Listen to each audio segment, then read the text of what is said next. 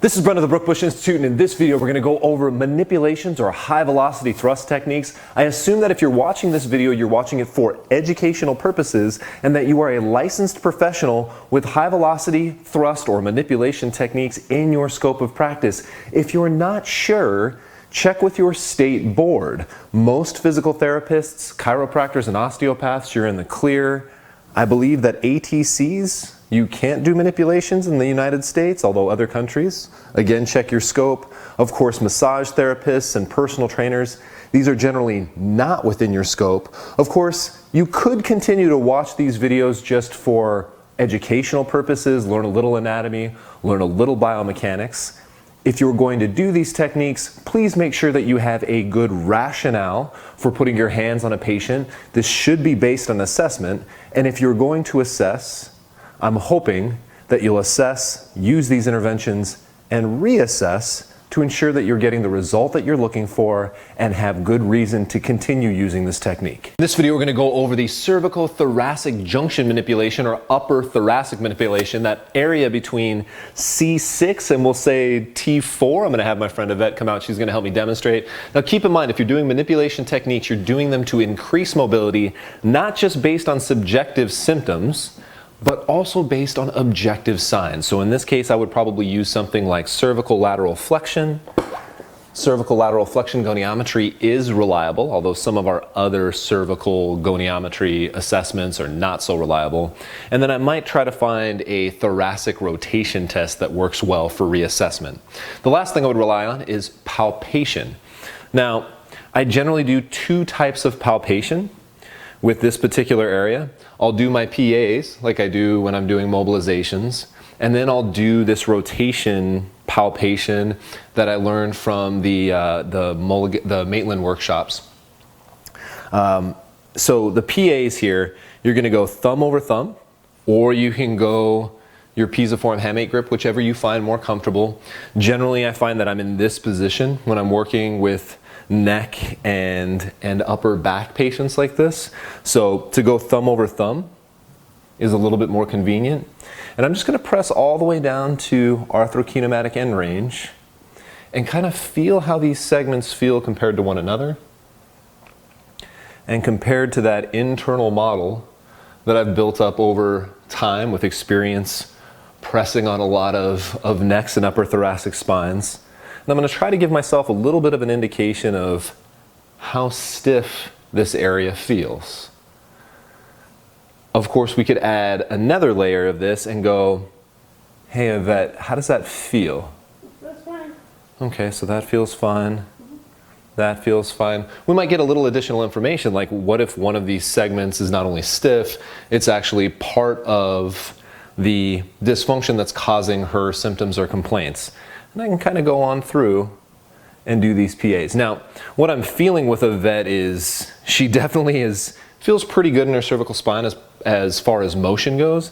But then as I start moving down C6, C7, C7, T1, and then like C7 to T3, it's like really stiff. It's actually really hard to get arthrokinematic motion. I don't think that's normal. I think that's an abnormal level of stiffness that maybe indicates I should do this manipulation technique. Now, before I do this manipulation technique, I've found that this rotation assessment that I learned from these workshops works really good in helping me determine which direction I should go. And all I'm going to do is I'm going to take my thumbs like so and put them each on a spinous process and rotate the spinous process in the opposite direction. All right, so we'll go this way and then this way. Right, so I went this way and then this way. I rotated the upper segment to her right and then to her left. And then the same thing going on down. And what you'll start to notice a lot of times is people get stiff in one direction. So in Yvette's case, she actually moves better rotating to her left. Now, I cannot explain what I'm about to tell you biomechanically, but it seems that this manipulation works better if rather than going into the resistance, trying to manipulate to get more range of motion or decrease stiffness in the direction you're feeling it, it actually works better to go with the motion they already have. We could make an excuse and say, well, technically speaking, if we're rotating in either direction, the fast sets on both sides have to move. So at the very least, we know if we get a good manipulation, everything's moving regardless. I really can't explain to you guys, though, why moving with the direction they already have motion tends to work better than moving them into the direction they have stiffness, like every other manipulation. Experiment with this yourself. I think you guys will find the same thing. One thing about this technique is it's better to be right the first time, because this is one of those techniques that if somebody is a little irritable, somebody is a little inflamed, flared up, you keep reaching back and trying to do the technique over and over again, and you'll flare them up more. This is one of those techniques that you might get 1, 2, maybe 3 attempts at the most before you need to back off for the day and wait for them to come back in. So in Yvette's case, I'm going to go ahead and I'm going to rotate her this way. She moves better in this direction, and like I said, that tends to work better for this manipulation. Now I said she's stiff in all these segments going down here. There's 2 ways to block segments, and there's an easy way to set up the joint actions that we need to lock up the upper part of her cervical spine, or the upper part of her thoracic spine as well. So what we're going to do is we can either use a thumb on a specific segment, or we can use our thenar eminence to block off several segments. This obviously is probably a little less specific and a little bit more aggressive. In Yvette's case, I'd probably start here, being that she's not somebody who's accustomed to getting a lot of manipulations. She hasn't come in to see me before. I probably want to start off a little bit more gentle and see how she responds. Now, in order to get her all locked up, I want to rotate her this way, side bend her towards me. So it's still that contralateral rotation. It's still the ipsilateral flexion, and we're still needing a little bit of extension to get in the lock position, just like we did with the cervical spine.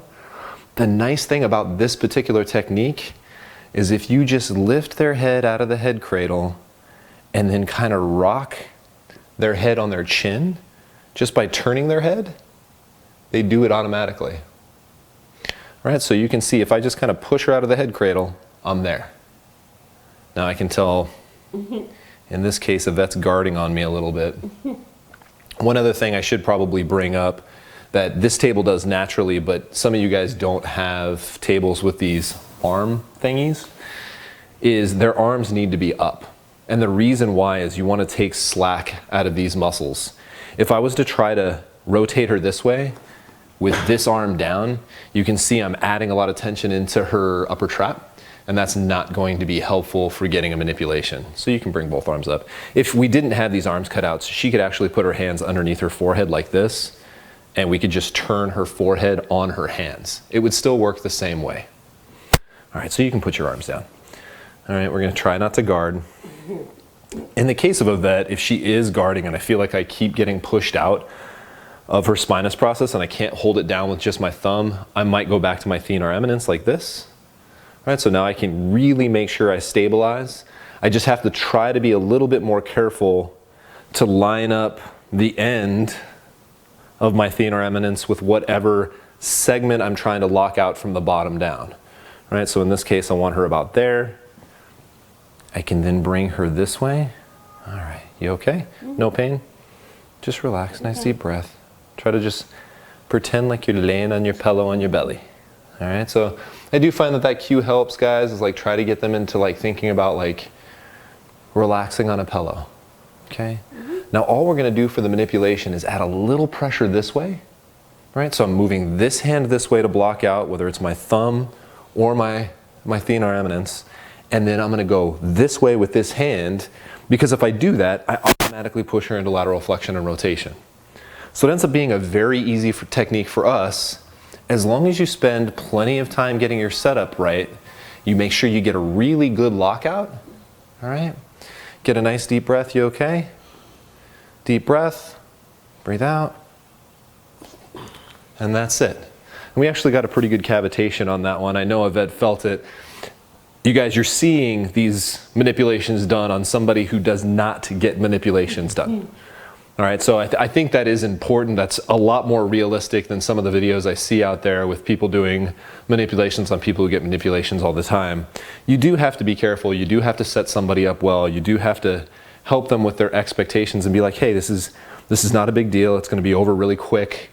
And, you know, take a nice deep breath. And before you know it, click, and then you just let them go. And a lot of times after I do manipulations like this, I'll actually have somebody sit up, take a second before I go ahead and do my next technique so they don't feel like they're getting rapid fire, high intensity manipulation one over the other. All right, so I'm going to show you guys from this side. If I was going to manipulate her other side, I would just block this way. I would put her head on this side, and I'm not going to manipulate this way, okay? All right, so I would go ahead and put either her chin up on the table, or maybe like in this case on this head cradle, her maxilla is actually resting at the end of that headrest, right? And then I'd get her right here, and then I'd make sure I'm locked. If I need to change her head position, I can, right? I want to make sure everything's right. Again, guys, I've said this in every one of our manipulation videos. Setup is 90% of this. If you get somebody locked up right, if you've done your assessment and you're on the right segment, the manipulation, the high velocity thrust, is like the icing on the cake. In fact, I think you guys will find that if you really get good at the lock position, you'll get people to like move, manipulate, cavitate before you even get the thrust to happen a fair percentage of the time. It's kind of interesting. Like you'll just be like, okay, and you'll get them here and they'll be like, and you're like, oh, okay, I didn't even need to do the thrust. All right, so again, I could do my little rotation stuff, find the segment. In this case, I'm gonna go with the easier motion, block out that bottom segment, make sure that I apply a little pressure this way, and then whap, I'm gonna rotate the head this way, which is gonna push her into rotation and lateral flexion while I block out this way. Last thing, guys, and I don't wanna come across as sounding arrogant on this, but I think it's something that needs to be said. For whatever reason, because I own this education company and I'm available online, I get a lot of individuals who come and find me after other practitioners didn't work for them. And I would say 9 times out of 10, I'm able to help somebody because something was missed. That shouldn't happen. I think this is one of those things that is very often missed. I can't tell you how many cervical spine patients I've had that were manipped to death up here in their cervical spine. Nobody ever looked at their CT junction, and they were never given any sort of like activation or stabilization exercise. With these type of patients, a lot of times I can come in and I manip their cervicothoracic junction using this technique. I give them some deep cervical flexor activation, maybe some serratus anterior activation. Maybe we'll work on some other stuff for scapular mechanics, right? All that stuff that gets left behind because their last practitioner only looked at their cervical spine. And sure enough, within a couple sessions, they're on a home exercise program and they're good to self-manage. Guys, keep this technique. Although it's a little difficult, although it does have a little higher tendency to flare people up than some of the other techniques I've shown you, get good at it, because like I said, it will make you a lot of money, and it's making me more money than it should. Stay tuned for the close-up recap. All right, guys, for the close-up recap, remember we're gonna start with our subjective assessment, then objective assessments, and of course, the last assessment we're gonna do is our palpation to try to give us an indication of where and which way we should manip. And what you're seeing me do here is that thumb to thumb on spinous process PA, and I'm just going all the way to the end of arthrokinematic range, and kind of trying to feel the relative stiffness joint to joint, and then of course my own internal model of stiffness at these joints based on my experience. To add another layer, we could of course ask a vet, hey, how does this feel? Sometimes what you'll get is the patient will complain about pain when you press on a particular segment, which might help us get a little bit more dialed in with our manipulation techniques or soft tissue techniques. Then the other thing I'm going to do, of course, is that rotation, right? So you guys can see I'm on either side of spine in this process, and then I'm just zip, zip, right? And then I'm going to switch my thumbs so that I rotate the other way. You guys kind of see how that works? I think with a little bit of practice, you guys will get pretty good at going all the way down the spine and starting to determine the direction here. And then, you know, we found that she moves, she gets stiffer as she goes down here.